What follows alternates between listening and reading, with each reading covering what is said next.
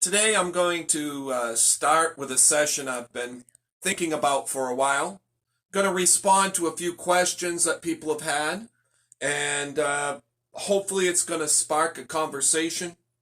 Back about a year ago, I did a series of 4 sermons on Christian principles, biblical principles of parenting. Now I want to give a practical explanation of how a family would go about establishing guidelines for their children's. Um, I'm not going to use a lot of verses because I've already talked about the biblical principles that underline these ideas in those 4 lessons. If you have any questions about the biblical principles behind these lessons, ask me and I'll respond and explain to you why biblically I think this is the right way to go. When you're talking about principles for child rearing, it's something that makes me nervous simply because there have been a lot of times when I've failed as a father and as a parent. Uh, there are good parents and there are bad parents, but there's no such thing as perfect parents. But our goal is to try to be as God honoring and loving parents as we can be. And so I thought I would share a few principles. This is probably the most use and most practical to somebody who is a parent or approaching parenthood, but it could also be useful to grandparents as well. The first thing when it comes to setting guidelines, some people like to refer to it as the family rules, some people guidelines, some people expectations, whatever you call it, it amounts to the same thing. But the most important thing to remember is consistency. Consistency. We need to be consistent in our love. Moms, dads, if you don't have time to demonstrate love to your children, any of the other things that you do are probably going to be worthless. If the child isn't convinced that you genuinely love them, then your attempts to discipline and train them probably isn't going to be effective. So you need to be consistent in your love. You also need to be consistent in your consequences. All too often, parents administer consequences based on how frustrated they are. And the more frustrated you become with a child's behavior, the more severe the consequence becomes. And this should not be. A child should have the exact same consequence no matter how they bothered you with their actions. The consequence is based on their actions and not on your reaction to them. Also be consistent with your rewards. As I talk about how you're going to establish these rules for your children, there needs to be rewards as well as consequences. And in the same way that the consequences need to be consistent, also the rewards need to be consistent. This means if you tell your children, if you do X or Y, then we're going to go and do this thing you want to do, and they do X and Y, then at that point, that promise that you made to them goes to the very top of the priority charts. And that means it doesn't matter how tired daddy is or how tired mommy is. You made a promise. It's now time to fulfill that promise. If you are not consistent on your side, the children won't be consistent on theirs either. So we're consistent in our love, we're consistent with the consequences, and we're consistent with the rewards.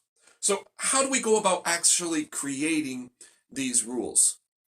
I think one of the mistakes that a lot of parents make is they go on into their room and all by themselves, they create a chart of a list of rules and they bring it out and they just present it to the kids. Nikki and I found that it was far more effective when we actually discussed the rules and established them with our children. We found that the best time to do this is the first week or second week of the new year. As children get older, the rules that you have for them change. Bedtimes change. What they're allowed to do and not do changes. And so that those rules or expectations, they need to evolve as the child grows up. And so we found that we would pretty much create new rules at the beginning of the year. And sometimes over the course of the years, things would change and our rules would change, and we'd make sure the kids understood that. But at some point during the year, sit down with your children and talk about what things should be acceptable in your house, what goals they should have. With some of our children, we established academic goals. And so we said, if you want to have these privileges, then you need to meet these academic goals. And we found that was very fruitful. Sometimes there are certain things children just seem to have fallen into a rut. There was a certain point with one of my children when that child just seemed like they couldn't open up their mouth without lying. And we had to counter that specific sin in that child's life and work with them to get past it. And they have gotten past it. And so you talk with the children and explain to them, hey, what things should we have as part of these rules? One problem parents make is they try to make an exhaustive list that considers every possible scenario. And so they present the children with a list of 20 or 30 things that they can or cannot do. And it's this great big arduous weight on them. Less is more. If you do not have to prohibit, and remember the rule of consistency, if you do not think that you can consistently enforce a rule, don't make it. Don't make it. If you think, how could I don't want them to do this, but I don't know how I could enforce it. I don't know how I could consistently make sure that they were obeying that rule. If you don't know how you're going to consistently enforce it, don't make it. It's better not to have a rule than to have it and to not be consistent with it. And so make that list as small as you can make it, just covering the things that are most necessary, and put right in, make sure the kids know exactly, if this happens, this will be the consequence. And if this goal is made, this will be the reward. So you involve the children, make the list small, and make the list biblical. Make sure that the children understand, why is it they're not allowed to lie? Is it because daddy gets frustrated when they lie? No. The reason they don't lie is because the Bible says that they shouldn't lie. Why is it wrong for them to steal stuff or possibly take food when they don't have permission? Well, because the Bible says it's wrong to steal. And with each of these rules, find verses that explain why it's wrong for them to do a certain thing or another thing. Often, this kind of conversation, the vast majority of the time, is spent discussing how the rules are going to be enforced. And people will tell you that this one method is better or that method. The fact is that as the children grow, you'll find that what consequences you give them for wrong actions is going to change. And what is effective with one child is going to be different with another. One of our children, man, especially when she was young, all you had to do is make eye contact and she knew that you were upset with her and she'd just be bawling. And you really didn't need very much consequences with that child. Just knowing that daddy was displeased with her would usually be enough to change her conduct. And so we had one a way that we were with her. And then we had another child, my goodness, stubborn. And, she did not want to follow the rules. What's very challenging, consistency is easier when you have one child. When you have multiple children, being consistent while also meeting the needs of each individual child is very difficult. If as a parent you've never heard your children say, that's not fair, then you probably haven't been listening to your children. Because they're going to say it a lot. And you know what? Sometimes they're going to be right. Sometimes it isn't going to be fair. And I don't know how to break this to you. There's times when it's not possible to be perfectly fair. Each child is different. And there's no way that you can treat each child exactly the same way as you treated the other one. Because they have different needs. They have different ways of thinking and acting. And as loving parents, we have to meet each child where they are, not where their sibling was.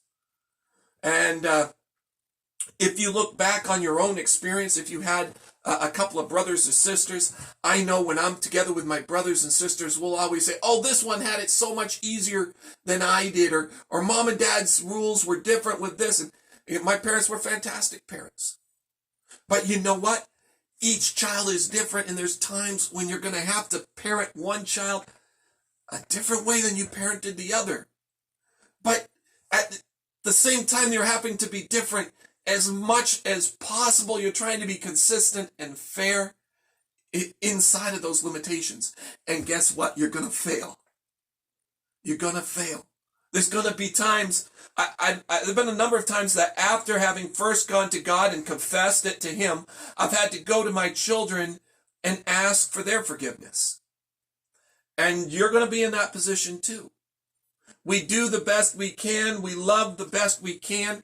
And hopefully, by the time they're 25 or 30, they're going to have forgiven us for all the mistakes that we made in their growing up years. So we enforce the rules with consistency. Also, we enforce the rules with no excuses. This is a problem. When it comes to the enforcement of rules, it's not time to re-argue whether the rules are wise rules or not. The rules were agreed on by the family at a previous point. Now they've been broken, and so the agreed on consequences need to be applied. No excuses, but lots of love. If I could emphasize one thing to you, brothers and sisters, is if you pour enough love out on them, no matter how many other mistakes you make, it probably is going to come out all right in the end. Not always. The fact is that each one of those children have the ability to make their own choice. And in every family, there's going to be one that unfortunately uses that will to make some bad choices. But if we love on them enough, we put them in the very best possible position to succeed and to grow up as strong, mature Christians. And that's what I'm hoping for each one of your families. God bless, and we'll talk to you again in another day.